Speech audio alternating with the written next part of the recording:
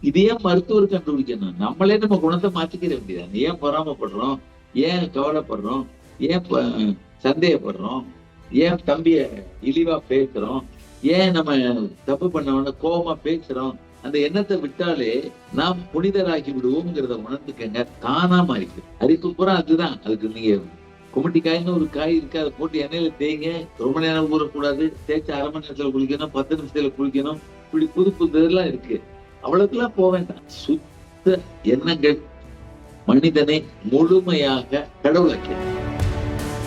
இந்த குளிக்கிறதுங்கிறதே காலையில சூரிய உதயத்துக்கு முன்னாடி குளித்தால் அது உத்தமம்னு சொன்னது சயின்ஸே இதுதான். சூரியன் வந்த வேகத்துல நம்ம எனர்ஜியை வாங்கிக்கிறோம்.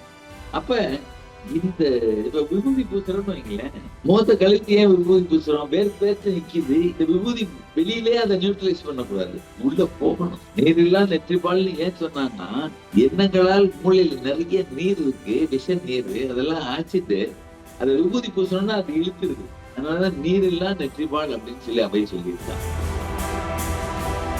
ஸ்கின் டிசீஸ், டேண்ட்ரஃப் எல்லாம் நம்ம நினைக்கிற மாதிரி அதுவா உருவாகிறது இல்ல, நம்ம உருவாக்கிக்கிட்டதுதான். எண்ணங்களை மாத்தணும்னா தானா போயிடும். கோவப்படுற எண்ணத்தையும் கவலைப்படுற எண்ணத்தையும் பொறாமை எண்ணங்களையும் விட்டுட்டு எண்ணமற்ற நல்லவனா வாழ முடியலன்னா கெட்டவனா வாழாம தான் போகும்.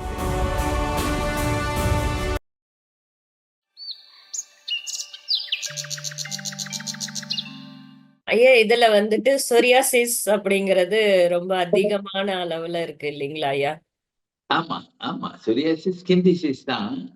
அது தலையில வரக்கூடியது. அதுக்கு நம்ம குமட்டிக்காயெல்லாம் எண்ணெயில போட்டு தேய்ங்கிறோம்.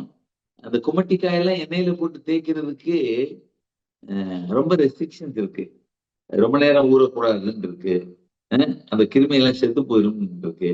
இப்படி ஒரு எக்ஸ்டர்னல் குமட்டிக்காயை தேடி போய் எண்ணெயில போட்டு தேய்ச்சி எடுக்கலாம் வேண்டாம். எண்ணங்களை மாத்துங்க, தானா போயிடும். பியூர் ஆக்சிஜன் உடம்புல, அதாவது ரத்தத்துல நம்மளை வாழ வைக்கக்கூடிய சுவாசிச்ச காற்று எண்ணங்களால் விரயமாகலைன்னா 3 நாளைக்கு மேல எந்த உடம்புலயும் வியாதி இருக்க வேண்டாம். அதனாலதான் விருந்தும் மருந்தும் 3 நாள் சொல்லியிருக்கேன். 3 நாள்ல ஒரு பழமொழியை வச்சிருக்கோம். டாக்டர் ராமசாமின்னு ஹோமியோ பிராக்டிஸ் 70கள்ல மெட்ராஸ்ல பண்ணியிருக்காரு. அவருடைய புக்கு தான் ஃப்ளவர் மெடிசின் புக்கு நான் வச்சிருக்கேன். ரொம்ப ரொம்ப அவருடைய புக்கை படிச்சாலே அவர் எவ்வளவு அனுபவசாலிங்கிறது தெரியும். அவ்வளவு ஆழமான கருத்துக்கள் இருக்காரு. அவருடைய வாயில வந்த வார்த்தை கரெக்டா கேரக்டர் கண்டுபிடிச்சு ஒரே ஒரு டோஸ் தான் கொடுக்கணும். அதுக்கப்புறம் ஒரு டோஸ்லயே கியூர் ஆகும்னு அவங்க நம்ப மாட்டாங்க. அதனால வெறும் ஜீனியுடைய ஒரு டப்பால போட்டு டெல்லி 4 புது சாப்பிடுன்னு இருக்காரு. விருந்து மருந்து 3 நாளைக்கு இல்ல, ஒரே வேலையில மருந்து. அதே போதும் நமது எண்ணங்கள் மாறுற அளவுக்கு நம்ம குணாதிசயத்தை மருத்துவர் கண்டுபிடிச்சிட்டாருன்னா, இது ஏன் மருத்துவர் கண்டுபிடிக்கணும்? நம்மளே நம்ம குணத்தை மாத்திக்கிற வேண்டியது. ஏன் பொறாமப்படுறோம்? ஏன் கவலைப்படுறோம்? ஏன் சந்தேகப்படுறோம்? ஏன் தம்பிய இழிவா பேசுறோம்? ஏன் நம்ம தப்பு பண்ணவன கோபமா பேசுறோம்?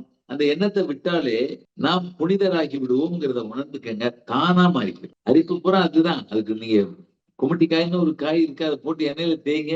ரொம்ப நேரம் ஊறக்கூடாது. தேய்ச்சி 1/2 மணி நேரத்துல குளிக்கணும், 10 நிமிஷத்துல குளிக்கணும். இப்படி புது புது இதெல்லாம் இருக்கு.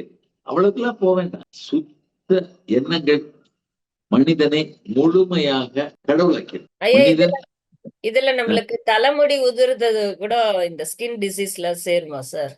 ஆமா, ஆமா, ஆமா. ஆக்சிஜன் கிடைக்கல. அந்த எப்படி ஒரு நிலத்துக்கு தண்ணி கிடைக்கலன்னா பயிர்கள் வாடுதோ, அதே மாதிரி ரத்தத்துல ஆக்சிஜன் கிடைக்கல, முடிகள் உயிரோட வாழ முடியல, தானே உதிர்ந்து வருது. அவ்வளவுதான். ஆக்சிஜன் கிடைக்கிறதுக்கு நீங்க ஆக்சிஜனை கொண்டே உயிர் செலுத்த முடியாது. போன ஆக்சிஜனை எதிர்மறை எண்ணங்கள் இல்லாம ப்ரிசர்வ் பண்ணிக்கிறோம். எதிர்மறை எண்ணங்களே மனிதனுடைய வாழ்க்கைக்கு மிகப்பெரிய எதிரி. எதிர்மறையா அது இன்னும் சொல்லணும்னா சுயநல எண்ணமே பெரிய வியாதி. பொது நலத்துல சுயநலம் எல்லாரும் நல்லா இருக்கும். அது ரொம்ப கஷ்டம் இல்லைங்க ஐயா? கொஞ்சம் கூட இல்லாம இருக்கிறது அப்படிங்கிறது இந்த காலத்துல. வார்த்தைதான். ஆனா அதுதான் நமக்கு வியாதியை கொடுக்குதுக்கு. அதுக்கப்புறம் அதுக்குத்தான் நம்ம பலமான வாழ்க்கையை கொடுக்கலைங்கிறதுக்கு அப்புறம் அது ஏன் பொதுநலம் செய்யக்கூடாதுங்கிறேன். இதுல இதுல வந்துட்டு ஐயா ஒரே ஒரு விஷயம். இப்ப நம்ம சொல்ற இந்த எதிர்மறை எண்ணங்கள், பயம், இது எல்லாமே வந்துட்டு நம்மளுக்கு நம்ம மேல இருக்கிற நம்பிக்கை குறைவின் காரணமாக ஏற்படுதுங்களா? நம்ம வாழ்க்கை மேலயோ, நம்ம மேலயோ நம்பிக்கை இல்லாததால ஏற்படுதா? இல்ல, நம்ம மேல நம்பிக்கை இல்லதான். நம்மங்கிறது நம்ம உடம்பு இல்ல, நம்ம ஆன்மா. ஆன்மா ஒண்ணு உள்ள இருக்கு, உயிர்னு ஒண்ணு இருக்கு. அது உயிரை ஓம்ப வேண்டும்ங்கிற எண்ணம் இல்லைங்கிறதுனாலதான் விவேகானந்தர் கடவுள் இல்லை என்பவன் நாஸ்தியன் அல்ல, கடவுளை நம்பாதவன் நாஸ்தியன் அல்ல, தன்னையே நம்பாதவன் தான் நாஸ்தியன். என்னுடைய ஆன்மாதான் உயிர் தான் கடவுள் அப்படின்னு நம்பாததுதான் மத போதனையே. மதங்கள் என்பது மனிதனுடைய வாழ்க்கை வழிமுறையைத்தான் சொல்லுது. எல்லா மதங்களுமே மத கோட்பாட்டு சாமியை கும்பிடுன்னு சொல்லல. இந்து மதம் என்பது ஒரு மதம் அல்ல, அது வாழ்க்கை வழிமுறை. இந்த மாதிரி காலையில எந்திரிச்சு சூரிய உதயத்துக்கு முன்னாடி கிடைச்சா செல்வம் வரும், சூரிய உதயத்துக்கு அப்புறம் குடிச்சா இது கிடைக்கும், ரொம்ப லேட்டா குடிச்சா தர்த்தனம் வரும்னு சொல்றாங்கன்னா, சூரியன் உதிக்கிற நேரத்துல வரக்கூடிய கதிர்கள் இருக்குல்ல, அதுல இயற்கையிலே ஒரு சக்தி நிறைந்த கிரகங்கள் எந்திரிச்சு வரையில காலையில அந்த கதிர்கள் நம்ம மேல படையில நம்ம உடம்புல ராத்திரி தூங்கி வேர்வையெல்லாம் நிக்கிற வரைக்கும் அது மாத்திரம்தான் நியூட்ரலைஸ் ஆகுது, உள்ள போகல. தண்ணியால கழுவிட்டு 6 மணிக்கு சூரிய உதயத்துக்கு குளிச்சேன்னா இயற்கை சக்தி வேகமா உங்களை புனிதப்படுத்துதுங்கிறதுக்காக தான் சூரிய உதயத்திற்கு முன்னால் குளித்து விடுங்கன்றோம். நம்ம செஞ்ச முதல் நாள் வாழ்க்கை வழிமுறையெல்லாம் சப்கான்சியஸ் மைண்ட்ல நைட்ல எதிர்மறை எண்ணங்களால் அழுக்காகி வேர்வையா வெளியே வந்து நிக்குது. அந்த வேர்வையை மறுபடியும் குளிச்சு போக்கிட்டோம்னா ஸ்கின் வழியே இரையாற்றல் வருது. இப்ப நம்ம எல்லாம் கோயிலுக்கு போறோம் இல்லையா, சும்மா பரப்பிட்டு போயிடுறோம். கையையும் காலையும் கழுவிட்டு போனாதான் நகைக்கண் வழியே தான் அந்த இரையாற்றல் போகுது. கோயில்ல கையை காலை கழுவிட்டு போறது நம்மளை புனிதப்படுத்துறதுக்கு இல்ல, நம்மளை புனிதப்படுத்துறதுக்கு தான். அந்த அழுக்கள் போனதுக்கு அப்புறம் போனாதான் அந்த அருள் சக்தி நம்ம காலுக்கு கைக்கு முகத்துக்கு வருங்கிறதுக்காக தான் கோயிலுக்குள்ள நுழையில கையையும் காலையும் கழுவிட்டு போறோமே இல்லையா, அந்த கடவுளை அழுக்குப்படுத்துறோம்ங்கிறது இல்ல. அதை யாரும் கழுப்புப்படுத்த முடியாது. அத இறையாற்றலை கொடுத்துக்கிட்டே இருக்கு. அதை ரிசீவ் பண்ணக்கூடிய வேலை நம்ம நகைக்கண் வழியும் கண் வழியும் காது வழியும் மூக்கு வழியும் இருக்கு. முகத்தை கையை காலை கழுவிட்டு போனா இந்த ஸ்கின் வழியே போகும். சோ இந்த குளிக்கிறதுங்கிறதே காலையில சூரிய உதயத்துக்கு முன்னாடி குளித்தால் அது உத்தமம்னு சொன்னதுடைய சயின்ஸே இதுதான். சூரியன் வந்த வேகத்துல நம்ம எனர்ஜியை வாங்கிக்கிறோம். அப்ப இந்த இப்ப விபூதி பூசுறோம்னு வைங்களேன், முகத்தை கழுவிட்டு ஏன் விபூதி பூசுறோம், வேர்த்து நிக்குது. இந்த விபூதி வெளியிலே அதை நியூட்ரலைஸ் பண்ணக்கூடாது, உள்ள போகணும். நீரெல்லாம் நெற்றிப்பால்னு ஏன் சொன்னான்னா, எண்ணங்களால் மூளையில நிறைய நீர் இருக்கு, விஷ நீர், அதெல்லாம் ஆச்சிட்டு அதை விபூதி பூசணும்னா அது இழுத்துருது. அதனாலதான் நீரில்லா நெற்றிப்பால் அப்படின்னு சொல்லி அவை சொல்லியிருக்கா. திருநீர் இடுவது என்பது என்னுடைய மூளையை புனிதப்படுத்துறது. அதுல உள்ள டாக்ஸிக் லிக்விட் வெளியே போயிட்டால், உறிஞ்சப்பட்டு விட்டால் புது புது ரத்தம் வரும். நமது எண்ணங்களால நிறைஞ்சு போயிருக்க அந்த டாக்ஸிக் லிக்விட எடுக்கிறதுக்கு வழி இருந்தா கூட விபூதி பூசுறது ஒரு எக்ஸ்டர்னல் அப்ளிகேஷன்.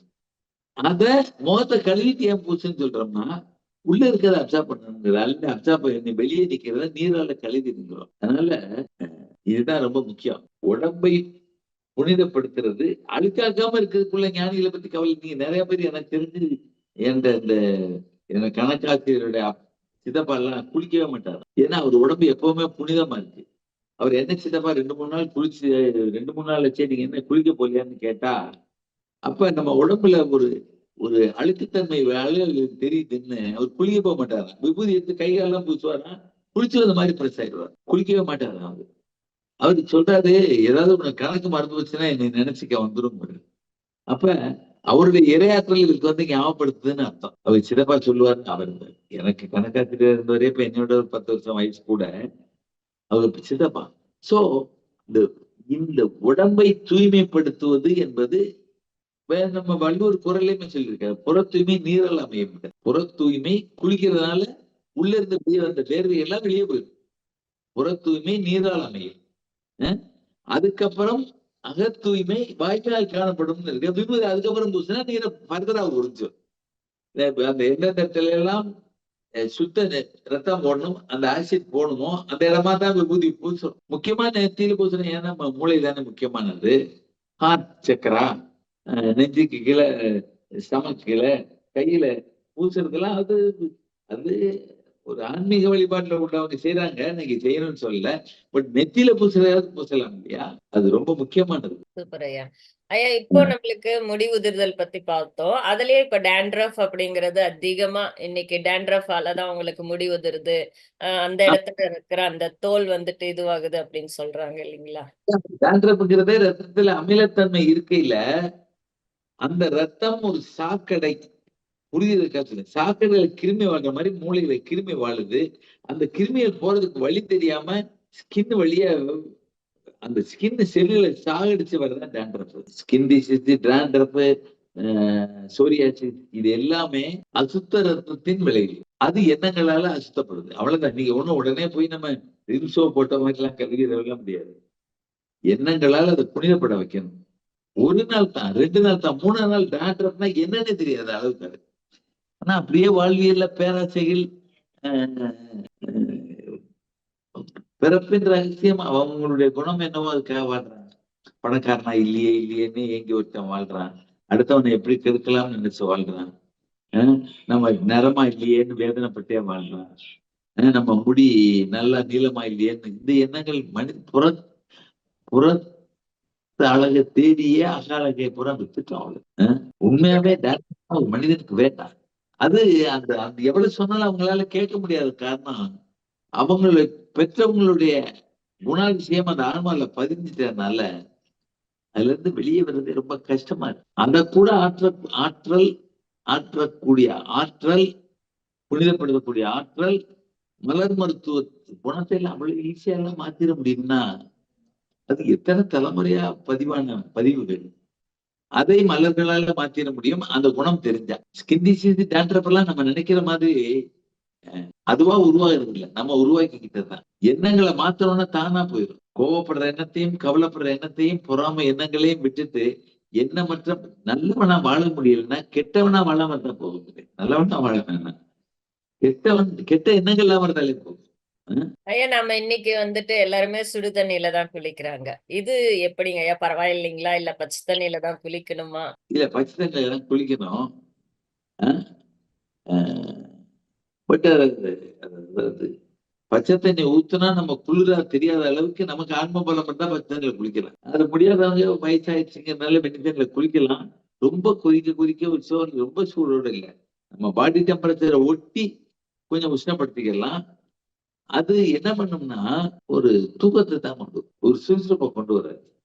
உடம்ப கழுவிடுறோம். பச்சை தண்ணியில குளிக்கிற ஒரு சுறுசுறுப்பு வெந்நி தண்ணியில குளிச்சதுல இருக்காது. வெந்நீர்ல குளிக்க கூடாது. ஏன்னா அந்த நீரில் உள்ள காந்த சக்தி, அருள் ஆற்றல் நம்ம மேல படையில நம்மளை புனிதப்படுத்திட்டு போகுது. அதுதான் கடல், அதுதான் அருவி, அதுதான் ஓடுற நீரு, அதுதான் காசியில கங்கை. அதெல்லாம் ஹீட் பண்ண உடனே அந்த பிராணா முழுசு வெளியே போகுது. வெளியே போனதுக்கு அப்புறம் வெறும் சக்கையான தண்ணியில குளிக்கிறோம். நான் இப்ப என்னுடைய வீட்டுல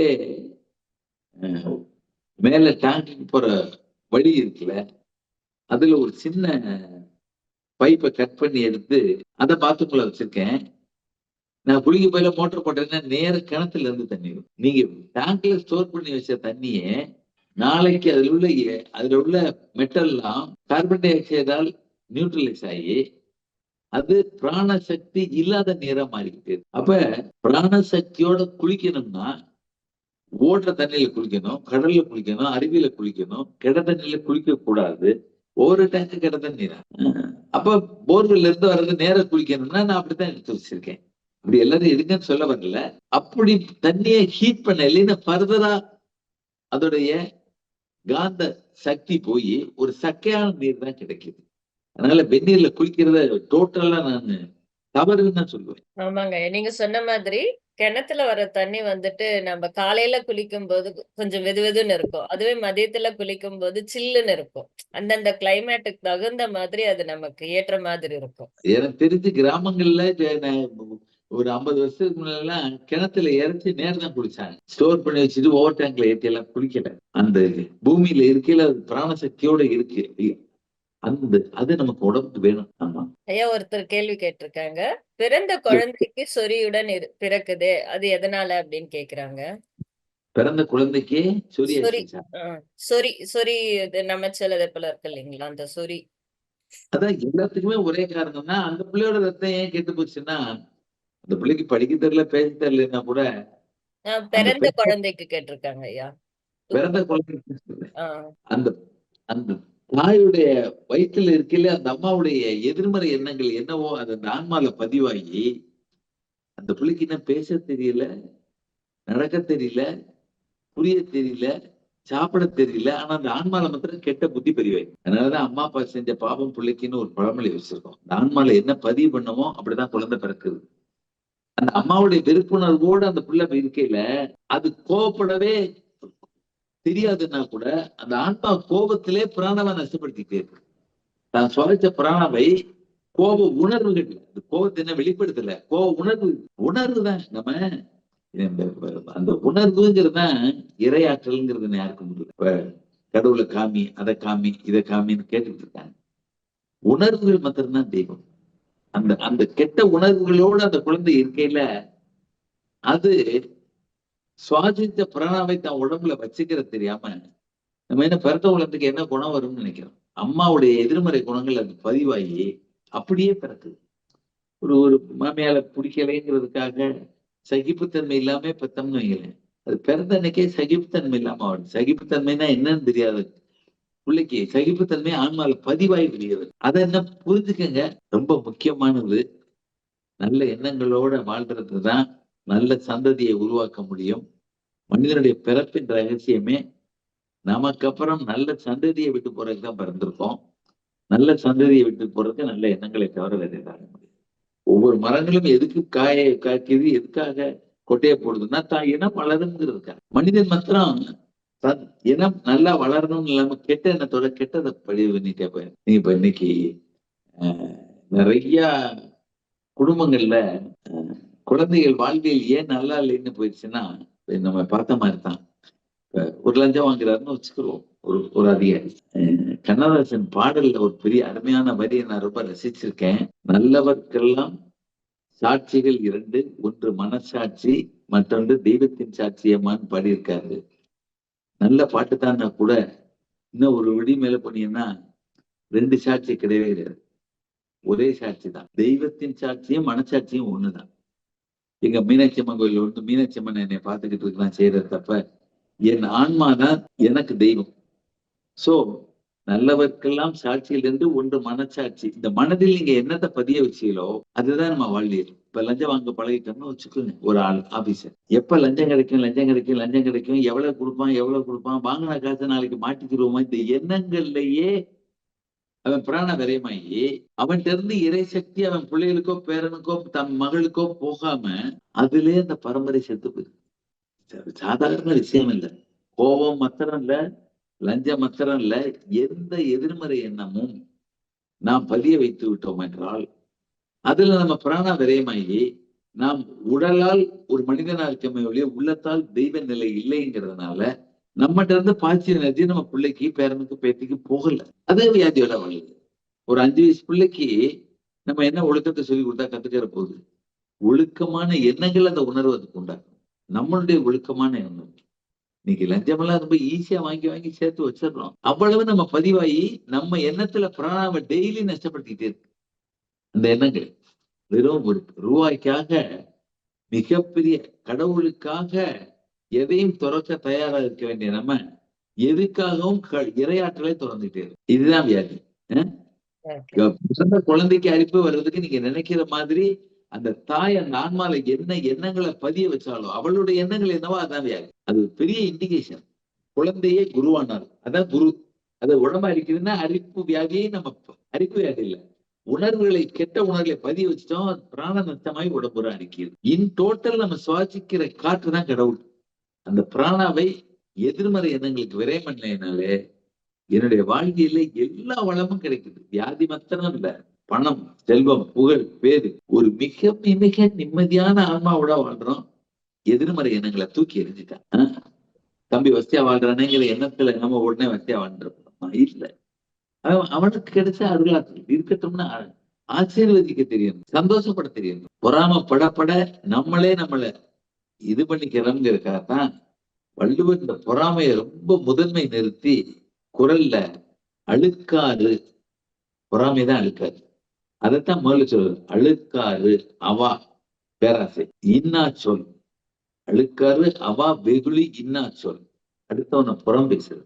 இந்த நாளும் இல்லாமல் இருந்தால் ஆரோக்கியமா இருப்போம்ங்கிறதுக்காகத்தான் அழுக்காறு அவா வெகுளி இன்னாச்சோ இவை நான்கும் இழுக்கா இயன்றது அறம்னு முடிச்சிட்டாரு. அறம் என்பது ஆரோக்கியத்தை தான் மீன். அதனால அந்த கெட்ட எண்ணங்களே நாம் சந்ததியை வியாதியோட உருவாக்கும். இன்னும் ஷார்ட்டா சொல்லக்கூடாத வார்த்தை தான், இன்றைக்கு யாரும் குழந்தைகளை பெறுவதில்லை. கோபத்தையும் வியாதியையும் பிள்ளைய ஐயா வணக்கம் ஐயா. வணக்கம். இது தேமல் வருது இல்லைங்களா ஐயா, வெள்ளை தேமல் உடம்புல, அது எதனால வருதுங்க ஐயா? அதுக்கப்புறம் இந்த எண்ணங்களை மாற்றுறதுக்கு மெடிசன் கொஞ்சம் சொல்லுங்க ஐயா. ஆல்ரெடி உங்க மலர் மருத்துவத்துல கான்டாக்ட் பண்ணி மெடிசன் வாங்கியிருக்கேன். லாஸ்ட் வீக் வந்து அதை 4 வேளை சாப்பிட சொல்லியிருக்காங்க. பட் கண்டினியூஸா ஃபாலோ பண்ண முடியல. ஏதாவது 2 வேளை சாப்பிட்ற மாதிரி இருக்குது. அது ஃபர்தரா அதுக்கு ட்ரை பண்ணிட்டு இருக்கேன். பேரலாம் இந்த எண்ணத்தை மாற்றத்துக்கும் இந்த தேமலுக்கும் ஒரு தீர்வு சொல்லுங்க ஐயா. தேமலுக்கு நீங்க போய் தேட வேணாம். உடல் வியாதிக்கு நீங்க எங்க போய் மருந்து சாப்பிட்டாலும் யாருனாலும் கியூர் பண்ண முடியாது. கடவுளே வந்து கையை வச்சு ஆச்சரிச்சாலும் ஆகாது. நம்ம கடவுள் ஒழுக்கமான எண்ணங்களோட நமக்கு ஆன்மா வந்தாதான் அது எந்த ஸ்கின் டிசீஸையும், எந்த கேன்சரையும், எந்த வயிற்றுவலியும், எந்த சுகரையும், எந்த மருத்துவத்தாரையும், எந்த மருத்துவ முறையாலையும் கியூர் பண்ண முடியாது. சுவாசித்த பிராணவாயுவை ஒழுக்கமான எண்ணங்களோடு உடம்புல இருந்தால் மாத்திரம்தான் அந்த பிராணவாயுவை உடம்புல உள்ள அத்தனை உறுப்புகளையும் உயிர்ப்பித்து, உயிரோட செத்து போனதே உயிர்ப்பிக்கும். நீங்க நினைக்கிற மாதிரி இல்ல. என்னன்ப ஏன எழுத்தன்ப இவ்விரண்டும் கண்ணன்ப வாழும் உயிர்க்குன்னு. வாழும் உயிர்ங்கிறது எதுனா நம்ம உயிர் ஆன்மா. சாகும் உயிர்ங்கிறது இப்ப நம்ம பேங்க்ரியாஸ், லிவரு, கண்ணு, காது எல்லாம். இவைகளை சாக விடாம பார்த்துக்கிடக்கூடிய ஆற்றல் நம்ம உயிருக்கு உண்டு. அதனாலதான் அந்த வாழும் உயிர் இருக்காரு. அது பைபிள்ல பரிசுத்தாவின் இருக்காரு. வேறு மகிழ்ச்சி கிரியேட்டிவ் இன்டெலிஜென்ஸ், ஆக்க அறிவு. அந்த ஆக்க அறிவு எல்லாத்தையும் புதுப்பிக்கும். புதுப்பிக்க விடாமல் நாம் எதிர்மறை எண்ணங்களால் அதை விரயம் பண்ணிக்கிட்டு இருக்கதான் வியாதி. எதிர்மறை எண்ணங்களை நான் எப்படி மாத்துறது? அது நம்மளுக்கு வாழ்க்கையை கெடுக்குதுன்னு தெரிஞ்சதுக்கப்புறம் அது என்ன மாத்துறது? தூக்கி எறிய புரியுதா? இப்ப ஒரு அடுப்புல கை பட்டுருச்சுன்னு வச்சுக்குவோம், அல்லது சட்டை நெருப்புல பட்டுருச்சுன்னு வச்சுக்குவோம். சட்டை பிடிச்சிருச்சு, இதுக்கு என்ன பண்றதுன்னு என்கிட்ட கேட்டுக்கிட்டு இருப்போம். நமக்கு சட்டை கழட்டி எரியுறது இல்ல. இது கேட்க செய்யணும். நம்ம நிக்கிற இடத்துல வேட்டியில லேசா தீப்பிடிச்சு எரியுது. தீப்பிடிச்சு எரியுது, என்ன பண்ணலாம்னு யார்கிட்ட கேட்போம்? டபக்குன்னு வேட்டியை கழட்டி வெளியே இருந்துருவோம். புரியுதா? அதே மாதிரி ஒரு பாம்பு கடிச்சிச்சுன்னு வைங்க, பாம்பு கையில ஏறுதுன்னு வைங்க, அல்லது ஒரு எறும்பு ஏறுதுன்னு வைங்க, அல்லது ஒரு பள்ளி ஏறுதுன்னு வைங்க, சார் பயிற்சியை ஊறுது, என்ன சார் பண்ண கேட்பேன். டபக்குன்னு கையை உதறது இல்லை. அதே மாதிரிதான் எந்த எதிர்மறை எண்ணங்களையும் தூக்கி எறியாத வரைக்கும் அதை புனிதப்படுத்துறதுக்கு என்னன்னு கேட்டல. இந்த உடம்பை ஆரோக்கியமாக்குறதுக்கு உள்ள தடைகள் அவ்வளவையும் எப்படி மாத்துறதுன்னு ஏன் கேட்டுக்கிட்டு இருப்பானே, தூக்கி எரிஞ்சிட்டு போக வேண்டியதானே. என்ன அதுதான் நான் எண்ணங்களை எப்படி மாத்துறதுன்னு சொல்லுங்க. நான் அப்படி சொல்றது அந்த அந்த கெட்ட எண்ணம் தான் நமக்கு வியாதின்னு தெரிஞ்சதுக்கு அப்புறம் அதை ஏன் வச்சுக்கிட்டு இருக்கணும். நன்றி.